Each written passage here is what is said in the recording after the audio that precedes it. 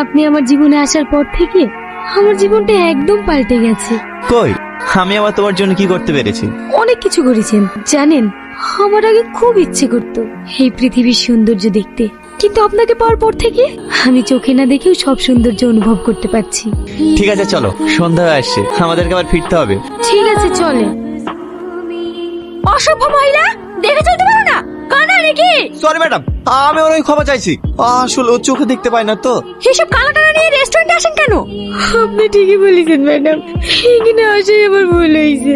চলেন। যত টাকাই লাগুক আমি তোমার দৃষ্টি ফিরিয়ে আনবই। তাতে আমাকে যা কিছু করতে হয় আমি তাই করব। আপনি আমাকে কোথায় নিয়ে এসেছেন?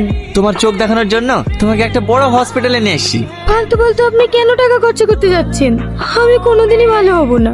তুমিও কথা বলো না, লন্ডন থেকে একটা ভালো ডাক্তার এসেছে, একবার দেখি না।